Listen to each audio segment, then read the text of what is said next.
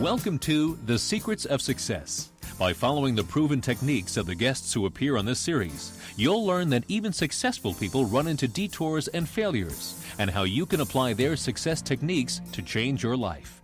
You're now listening to the most unique show on radio, the show dedicated to making you a success. Want to get more from your talents and abilities? Today, Mandy Bass will help us get motivated. Mandy, thanks for being with us. Thank you for having me, Bill. Mandy, what can understanding motivation do for our listeners? Motivation gives us momentum and enthusiasm to take action. So when we understand it and we understand how we can summon our own drive and perhaps motivate others, then we can have the drive to do the things that we need to do to be successful, but sometimes don't really want to do it. So it's really important for our success. Now, that's a great point. We kind of know, and I know if I get started early in the morning, I will get several things done. Actually, before 9 o'clock, I'll feel good about myself. I'll enjoy the day more, but some days I just can't get that mojo working. Is it my breakfast? Am I eating the wrong thing for breakfast? No. Sometimes we're just wired differently. Different people are motivated in different ways, and each of us are motivated in different contexts. So sometimes, on a specific day, and now it may just be that you're tired, but typically there are ways to find out when there's something that you're doing to figure out what it is that you need to focus on in order to summon up that inspirational motivation. Now, you've been a success coach for over 20 years. Am I correct? I have, yes. So, and I emphasize that to our audience because you've been there, you've done that, you've seen people, and obviously if you're not successful, you're not going to last too long as a success coach and a motivational coach, and right? Yeah. I mean, it's one for one right there. It's like the baseball player. If he's not getting the hits or if he's not striking people out, they're not going to hire him the next year. He's just not going to be on the team. So what's the most important thing that people need to understand about motivation? Well, I think the thing that we just touched on, that people are motivated in different ways, and that even for ourselves, we're motivated differently in different contexts. Sometimes I have some clients that I've had for almost the 20 years most of my clients have been with me 5, 10, 15, 20 years. And it's because, things in life change. And when your experiences in life change, when things change in life, or even within the same thing, it's sometimes hard to see how to motivate you to do the things that you should be doing. Like I have one client, for example, who's an author, and I have one strategy that works for her, which is I get her to sort of like cross out on her calendar every day when she does the things that she's supposed to do. That's the one I like, yeah. Yeah. That's me. Yeah. I have a list and I have to cross it off or circle it, but it makes me feel I'm accomplishing. I don't know if that's good or bad, but that's the way I do it. Well, that's you, but then often what happens is that we try to, if that's the way we're wired, we sometimes try to tell people how to do things our way, and honestly, it won't always work for them because they're motivated in different ways. Some people are motivated by sort of the idea of not getting on, not making the deadline, by disappointing other people. Those are the things that motivate them, whereas a person who's wired a different way, that won't do anything to summon up their inspiration. Now, when most people come to you, are they looking for success in the business world, finding a mate, just living life successfully, or why do they actually come to a success coach? Well, most of my clients are entrepreneurs, small business owners, and experts who I help to, I help them with their businesses, but typically because most of my clients come to me and stay with me year after year, our conversations and our coaching tend to sort of flow into other areas of life as well. Now, I heard something impressive before, too, and I don't know if our audience picked up on it, but if many of these people stay with you for years, we tend to stay with people with things we like. We eat the same foods we like, and people make us feel good and successful. I mean, if you weren't helping us getting better, we would go elsewhere because we'd say, I can do better with Jack or Shirley or someone else. So what you're doing must be winning and hitting on the right notes. Now, I hope so. Well, if they're staying with you, it must be working. Now, what determines our motivational profiles? Do you give us a computer test? Do you just kind of assess people? Do you have that knack? Okay, so I use a process called the Language and Behavior Profile, or the LAB profile, which is a tool that basically asks people questions about, well, you just ask them questions about a specific context, and depending on how they answer the questions, I'm able to map out what their motivational profile is in a context. It's important to realize that motivation is very context specific.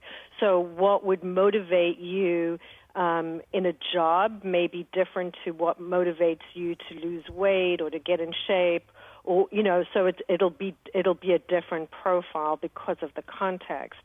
And this lab profile was actually developed by a researcher named Roger Bailey, who came out of the field of cognitive science, and really it's a tool that enables people to listen or to watch for what a person is saying, not the content, but how they go about it, so that we can understand, predict, and influence behavior. And this work, it's a really fascinating body of work. It was actually developed from a doctoral dissertation on transformational grammar. So, by this a guy by the name of Noam Chomsky, who actually did research observing that when people have an experience, let's say we're having this conversation tonight, and when somebody says to me tomorrow, "How was that interview that you did on radio?" I'm only going to relate probably 1 or 2% of what actually happened. And if somebody is trained, they can listen to that 1 or 2% that I'm actually extracting out of the entire experience and tell a whole lot about how my brain works and what will motivate me. Now, Mandy, in case someone would like to know more, is there a website we can, after the show, go to and find out more information about motivation? Absolutely. If you go to my website, mindtosucceed.com, all just spelled out, you can go there and get a whole lot of information. And I've got looked for my newest blog article, and you can click on that. If you go to that page, you'll be able to get a special report. It's about a 15-page report on motivation and the different things, that we're touching on tonight, to actually use it to apply to yourself and or to other people. And you said that's MIND, mindtosucceed.com. Is that correct? Correct. And we'll give that information later as people are listening to the show. How about the person's background? Does that make any difference? If I brought someone into you from some obvious cultural background, does that have an influence on this, or do we all just go into a big pot? Okay, so everybody's unique, and our life experiences and conditioning naturally will affect our motivational profile. And because our conditioning creates the filters through which we see life. And those filters are shaped by our sense of identity, our beliefs, what we believe is true, what we value. So while demographics do influence our psyche, they're not the only factors. And, people from the same family, even identical twins, will have different motivational profiles. Oh, really? Yeah. Now, yeah. I would have thought I would have gotten that question wrong. Yeah, well, if you think about, a couple, just say, for example, kids that come from an alcoholic parents, you may have one child from that family, from those same parents, growing up in the same household, who decides that they will never, ever drink because of what they saw in their environment, whereas their brother or sister, their sibling, may grow up to have the same problems as what their parents had, and that happens over and over again. So we respond to stimulus differently. Now, I think you mentioned that there are 6 motivational traits. Can you tell me what they are? Okay, so the first I would say would be criteria. So that's people's labels for what is good or bad. Then we have motivational direction. Are people motivated towards a goal, or are they motivated away from a problem? Then we have the level of motivation. Does a person take the initiative to do something, or do they react to something?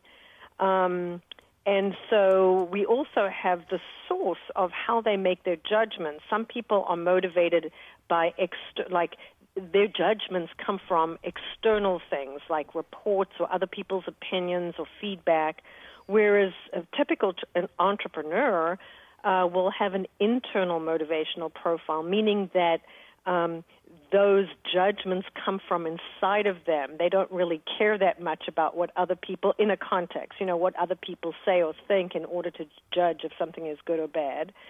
And then the sixth one is how someone responds to change and what the frequency of change they need in order to stay motivated. Because some people just get bored after a very short period of time, and then they need to move on in order to be stimulated. Now, we all know a lot of people who are motivated in some areas and do really a great job, and then we see them in another context and not so much. They might be a dynamo accountant, but you can't get them into the gym. Right. Or, they're not doing much at work, but come home, put them behind the piano. They can go for a few hours, or take them out to dance, and they really shine. Are these traits you have to work with, or do you try to modify them? Do you try to bend them back to what you need to get someone going? Yeah, well, I think it's really important to find an element of motivation. And one of the things that I try to do is to understand what a person's values are, which is their highest level of criteria. So let's say, for example, you want to get somebody to change their eating habits. Now, for they may need to change it for health, but if health isn't a big motivator for them, you have to find another way to get to them. When I was young, I started smoking because my older sisters smoked. And so my motivation for smoking was I wanted to be part of the in crowd. I wanted them to like me. And so when I wanted to quit smoking, for people to tell me that it was going to be healthy, I was only, 21 or 2 at the time, and when people were telling me that it was unhealthy for me to smoke, I didn't have any point of reference for health, so that didn't motivate me at all. But what I finally did was understand that, the stop smoking stuff had started to come out, and you couldn't smoke on airplanes anymore, and all these places started to institute non-smoking policies. And then I started to tell myself that I would never be truly free unless I could stop smoking, because I didn't have freedom of movement. I couldn't go where I wanted to go, and not having a cigarette was getting in the way of my life. And so it was the motivation around freedom, which for me, in my 20s was a big value. That was the thing that got me to quit smoking. Yeah. But it never helps, because nowadays it would be health, but then it wouldn't have worked. Mandy, I knew a entrepreneur who was very wealthy, and he was getting a little pot belly. And we went to lunch one day, and you could see he was getting a little heavier, but nothing, excessive, or that would probably be a health issue. But when he went to his doctor, his doctor must have been one of your clients, because the doctor knew who he was talking to. And this was a man who, could motivate himself and was driven by success. And he said to him, wanted to be seen with the rich and famous. And he said to him, do you know eating is the way poor people gratify themselves? Well, that's all he had to say. And he taught him that, once he finished eating, pour like half the pepper on the food so he wouldn't eat it again, or the salt, so it was so distasteful. You know, some of us start going back and eating the leftover pie or ice cream.